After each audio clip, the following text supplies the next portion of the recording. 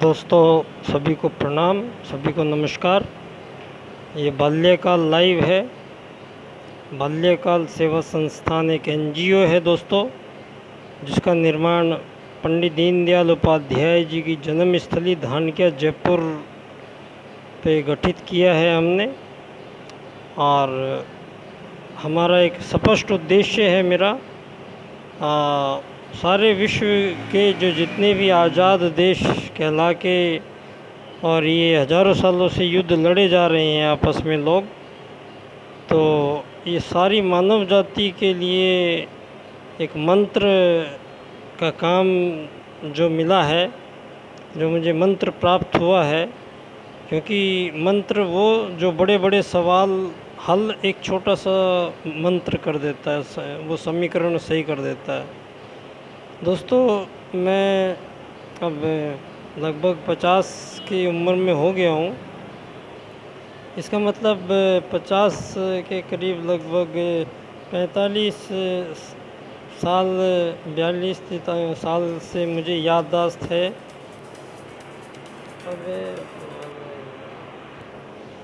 तो जब से मुझे याद है दोस्तों, तो मैंने यहाँ कई तरह का ऐसी चीज़ें देखी समाज में, जो यहाँ वास्तव में मानवता, मानवीयता, यहाँ मानव क्या है, कौन है, यहाँ घर क्या है, परिवार क्या है, यहाँ रिश्ते क्या हैं, नाते क्या हैं, यहाँ की सामाजिकता क्या है, यहाँ की राजनीतिक व्यवस्था क्या है, यहाँ की धार्मिक व्यवस्था क्या है, ये यहाँ की चिकित्सा व्यवस्था क्या है, यहाँ की शिक्षा पद्धति क्या है। दोस्तों, ये सारे के सारे जितने भी विषय हैं, ये सब मानव ने प्रोड्यूस किए हैं। ईश्वर ने कभी उसको ये नहीं कहा कि तुम नीचे धरती पे जाके कौन सा तरीका अपनाओगे। हालांकि मानव जीवन का प्रारंभ काल भारत से हुआ जब, तो सबसे पहले हमने सतयुगी समाज दिया दुनिया को। सतयुगी समाज दोस्तों, क्योंकि यहाँ सबसे पहले धरती पे वेद ज्ञान आया। वेद ज्ञान धर्म अर्थ काम मोक्ष, 4 पुरुषार्थ। मानव सर्वश्रेष्ठ प्राणी कहलाया है, तो उसके पीछे उसका उद्देश्य है दोस्तों कि उसका लक्ष्य है मोक्ष प्राप्ति। धर्म अर्थ काम मोक्ष, चौथा चरण। तो मोक्ष प्राप्त करने के लिए एक परमात्मा का अंश आत्मा इस धरती नामक ग्रह पे आता है, और इस धरती नामक ग्रह पे आके एक जीव किसी शरीर में प्रविष्ट हो जाता है, पंचमहाभूतों की मिट्टी के शरीर में, और वो शरीर चल पड़ता है, हरकतें करने लगता है। तो जब उसमें जीवन, वो चेतना, वो आत्मा उसमें प्रवेश कर जाती है, तो शरीर अपना विकास आगे प्रारंभ कर देता है। तो मुख्य चीज़ सीधी सरल सी बात है कि पंडित दीनदयाल जी ने यही एक बात पकड़ में आई उनकी कि भाई ये यहाँ कभी धरती पे, आपको बता दूँ मैं, धरती का सबसे पहला राजनीतिक दर्शन या राजनीतिकवाद भारत ने विश्व को दिया था। पहले लाखों वर्ष तक यहाँ पर वेद ज्ञान के अनुसार स्वयं संचालित समाज था, जो सतयुगी समाज कहलाया। वो बहुत लंबा पीरियड था उसका, हज़ारों साल उम्र होती थी उसमें एक आदमी की। तो व्यक्ति इच्छा मृत्यु प्राप्त कर लेते थे योग बल के आधार से। क्योंकि हमारा ये जो शरीर है दोस्तों, इसके अंदर जो अंग अवयव भरे पड़े हैं, इनमें से कुछ अंग अवयवों के बारे में जो हमें सोनोग्राफी में दिखाई दे जाते हैं, तो उनको तो हम जानते हैं। कुछ हमारे शरीर में कंपन है, इलेक्ट्रिसिटी मोड है, उसके जो अंदर कंपायमान हैं, जो विचार तरंगे हैं, जो हमारा ब्रेन के न्यूरो हार्मोनल सेंटर्स हैं, ये सब चीज़ें डिपेंड करती है दोस्तों जीवन में। तो यहाँ सबसे बड़ी त्रासदी तो मुझे यहाँ पे ये लग रही है दोस्तों। मैं पिछले करीब 18-20 साल से पंडित दीनदयाल उपाध्याय जी के राजनीतिक चिंतन मंत्र, उन्होंने 3 मंत्र दिए दुनिया में। एक दिया उन्होंने अंत्योदय। अंत्योदय में दीनदयाल जी कहते हैं, भैया जितनी भी दुनिया में ये पीछे लाइन बना रखी है आपने, एक के पीछे एक खड़े हो, ये आगे दादा है, इससे पीछे पड़दादा वो पैसे वाला है, फिर धनवान है, फिर गरीब लगेंगे, पीछे जाएंगे। ये इतनी सारी लाइनें जो आपने बना रखी हैं दोस्तों, तो इन सब लाइनों को हटा दीजिए। दीनदयाल जी कहते हैं, दीनदयाल जी सबसे पहले कहते हैं, पहले पूरा परिचय दीजिए अपना, मानव है कौन, मानव अपना परिचय दीजिए यहाँ।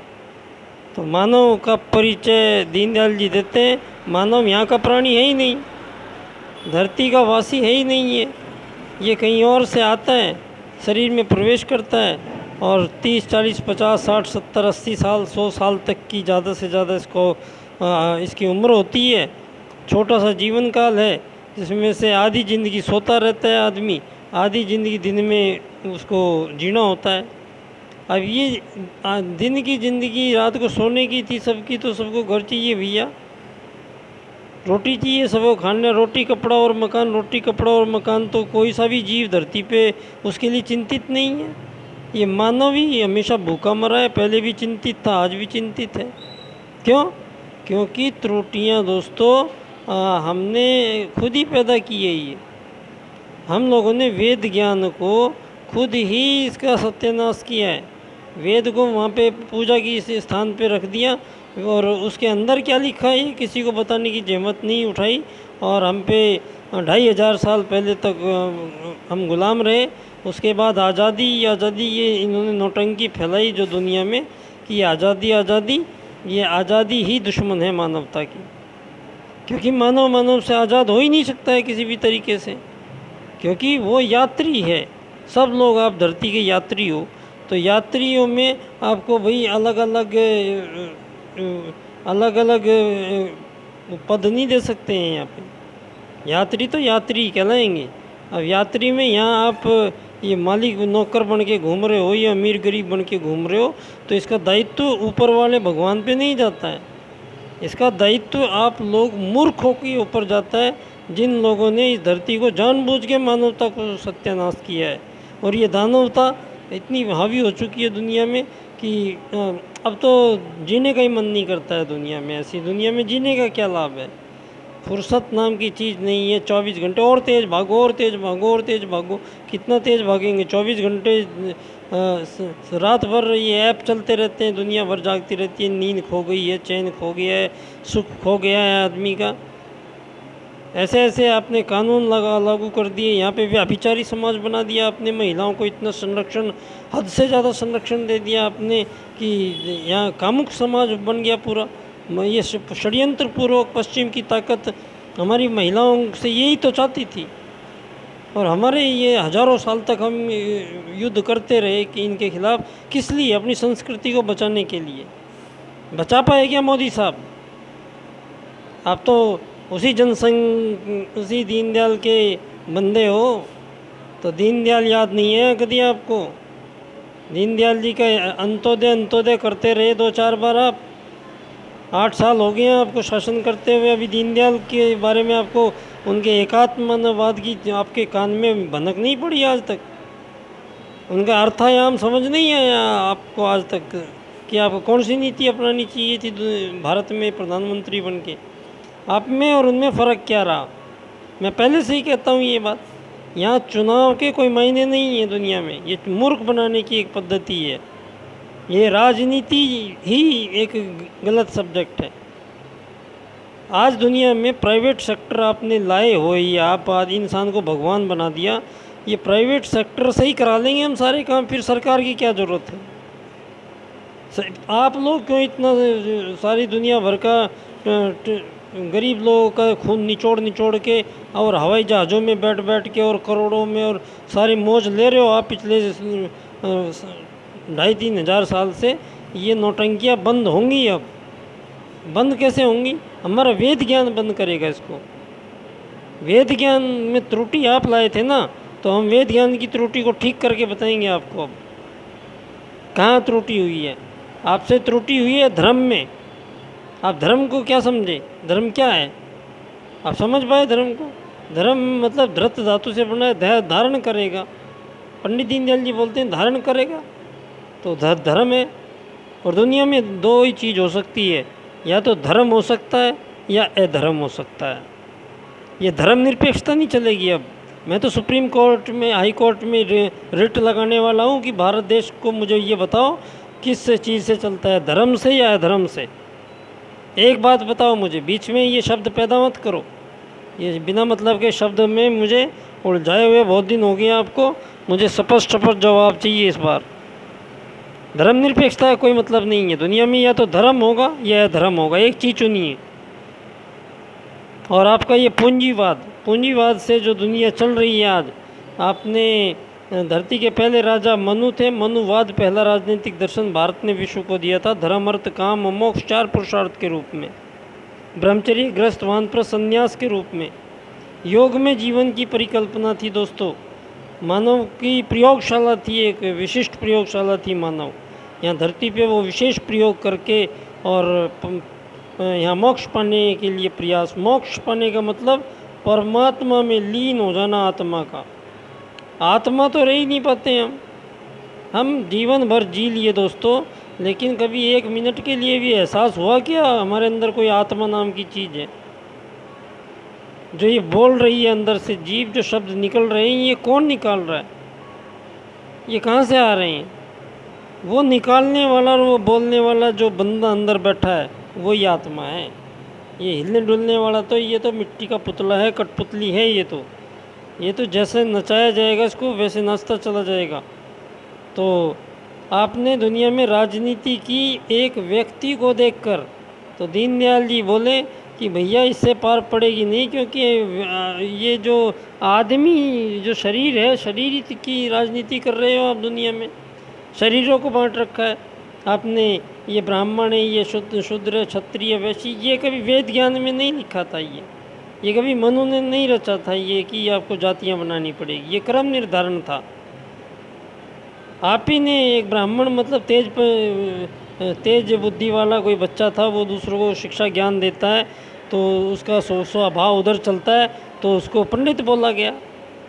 एक बलिष्ठ हुआ, तकड़ा, तो रक्षा करता था जो वो बलिष्ठ आदमी को क्षत्रिय कह दिया। अब जो लोगों को खाने पीने की व्यवस्था करता था उसको वैश्य कह दिया, और जो साफ सफाई करेगा उसको शूद्र कह दिया। तो आपने ये ब्राह्मण बड़ा होगा, क्षत्रिय बड़ा होगा और ब्राह्मण के घर में ब्राह्मण जन्म लेगा, ये किसने तय किया? जब ब्राह्मण के घर में बच्चा पैदा हुआ तो वो बुद्धि से तो ठूठ था, लेकिन शरीर से तकड़ा था, तो उसको शरीर के तकड़े के अनुसार उसको क्षत्रिय बोलना था ना आपको। उस ब्राह्मण के बच्चे को आपको क्षत्रिय बोलना था। आपने उस ब्राह्मण के बच्चे को ब्राह्मणी बोलने की परंपरा डाल के और इसको जाति में फिक्स मानव ने किया है। मनु को कोई गाली मत दे देना। आज तक आपने ये घूम रहे हैं कुछ लोग बहुजन समाजवादी, प्रजावादी बना के राजनीतिक रोटियां, और ये मनु के नाम के गालियां देते। तो थोड़ा सा अब होश में आ जाइएगा सब, क्योंकि अब दीनदयाल जी आ रहे हैं। अब इस विश्व के बीच की राजनीति में, जहाँ सारी दुनिया अंगारों के ढेर पे बैठी है, मरने मारने के लिए परमाणु बम तैनात हैं, एक कोरोना वायरस की वजह से तृतीय विश्व युद्ध लड़ाई जा रहा है, तो दुनिया खात्मे की ओर बैठी हुई है और दौड़ी चली जा रही है। तो अब इसके बीच में आता है एक स्टॉप। ये स्टॉप है पंडित दीनदयाल उपाध्याय जी का राजनीतिक चिंतन मंत्र, एकात्म मानववाद। अब एक नया सृजन है इसमें, जो ये विषय है मेरा, एकात्म मानववाद से समग्र व संपूर्ण वैश्वीकरणवाद। इसका मतलब ये हुआ कि आत्मवत् सर्वभूतेषु और वासुदेव कुटुम्बकम। तो इस विषय को आधार रखते हुए मैंने ये एनजीओ का गठन किया। 10,000 से भी ज़्यादा निबंध लिए बच्चों से। 2 बार मैं व्याख्यान करा चुका हूँ दीनदयाल जी की जन्मस्थली धानक्या स्टेशन पे, और इस 25 सितंबर को पुणे एक बार फिर मेरा व्याख्यान होगा वहाँ पे। वही मानव एकात्मवाद से समग्र व संपूर्ण वैश्वीकरणवाद, ये विषय रहता है मेरा हमेशा। और आप सब लोगों का स्वागत है। और इस दुनिया को पूंजीवाद, अब सीधा सा सवाल जड़ पे प्रहार होगा। अब बाल्यकाल आ रहा है दोस्तों, अब राजनीति में बाल्यकाल आ रहा है। राजनीतिक व्यक्ति नहीं था मैं, ना मुझे राजनीति करनी थी, लेकिन सारा का सारा जो करता धरता हमारी जान का जोखिम जो है वो है सरकारें, ये दुनिया की आज़ाद सरकारें। तो इनको आज़ाद होना क्या होता है ये सिखाना पड़ेगा दोस्तों।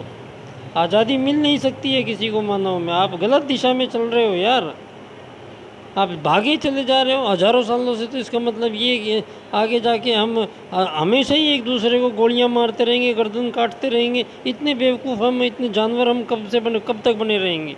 विकास किसको कहते हैं? विकास आपने बुद्धि के 6% से ज़्यादा न्यूरो हार्मोनल सेंटर आज तक धरती पे चलने नहीं दिया। आपने 6% से ज़्यादा बुद्धि, 7% से ज़्यादा बुद्धि किसी की, तो ये घोर षड्यंत्र करके किया है आपने काम। ये बुद्धि के अंदर आपने रसायन बना बना के सारे देशों के सभी व्यक्तियों के अंदर ऐसे रसायन भेजे हैं जिससे उसमें पाशविकता हावी हो। तो आपकी जितनी भी डीपली सोच आप लोगों ने कमरे में बैठ बैठ के बनाई थी और आप कामयाब भी हुए। भारत को व्यभिचारी समाज, हमारे सुप्रीम कोर्ट की तरफ से 4 निर्णय बनाने में, मोदी सरकार के कार्यकाल में ये 4 निर्णय ने हमारी धज्जियाँ उड़ा के रख दी है दोस्तों। 4 निर्णय दिए सरकार ने। भारत में कोई भी भाई बहन अगर हैं तो उनमें से एक धर्म बदल के शादी कर सकता है। धर्म क्या है और भाई बहन क्या है, अब ये कोर्ट, साला सुप्रीम कोर्ट को समझाना पड़ेगा क्या ये चीज़ें? भाई बहन कौन होते हैं, अब ये बात सुप्रीम कोर्ट हमें समझाएगा हमारे रिश्ते कैसे होने चाहिए। और आप सब लोग ये धार्मिक पाखंडियों और ये सारे राजनेताओं, सफ़ेद चमकीले वस्त्रों, आप लोग तैयार हो जाइए। अब तैयार हो जाइए। इस 25 सितंबर को दीनदयाल जी का जन्म दिवस है। इस बार दीनदयाल जी का पुनर्जन्म होना है धानक्या स्टेशन पे जयपुर में, जहाँ उनकी जन्म स्थली है। 25 सितंबर को आप सारी दुनिया को न्योता देता हूँ कि धरती पे आप सब लोगों की काट एकात्म मानववाद का राजनीतिक सिद्धांत आ गया है। अब ये आदरणीय डॉक्टर महेश चंद्र शर्मा जी, एकात्म मानव अनुसंधान विकास प्रतिष्ठान के अध्यक्ष, दिल्ली में बैठे हैं। तो मैं सबसे पहले उन्हीं से निवेदन करूंगा कि मेरे इस एकात्म मानववाद पर एक व्याख्यान, आप तो बहुत व्याख्यान कराते हो, तो एक व्याख्यान थोड़ा मेरा भी हमने रखा है इस बार।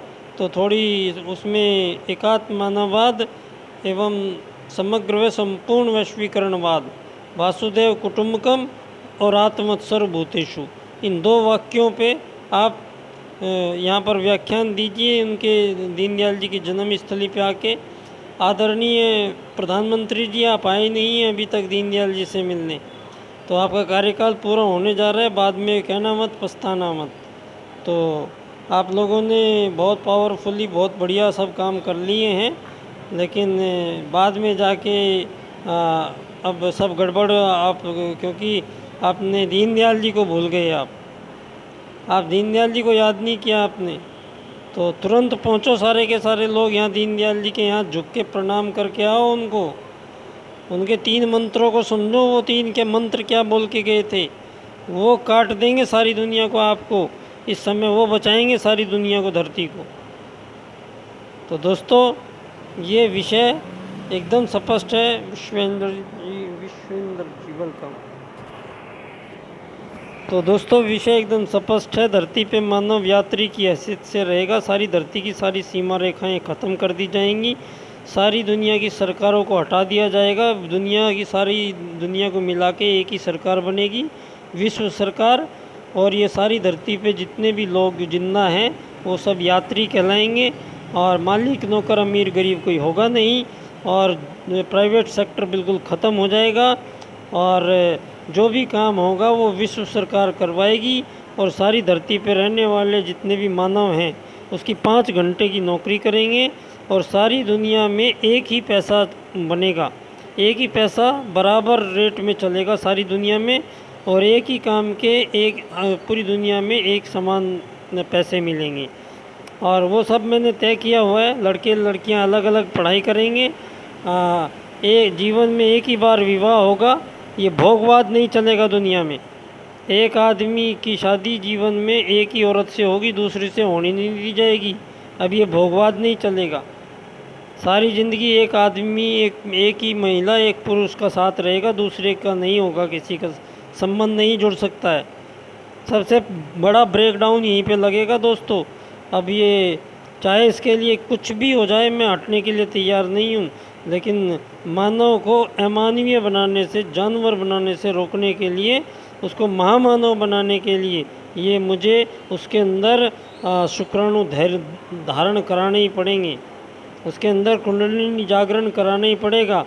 अगर आपने बच्चों को इतना कामुक बना दिया, सारी दुनिया को, सारी दुनिया 24 घंटे हम बहक गए हैं, हम कहाँ चले गए, सबके मन में डर बिठा दिया हमारे। सारे हम धरती पे बैठे हुए लोग डरे बैठे हैं, अपने घरों में कैद करके आपने बिठा दिया है।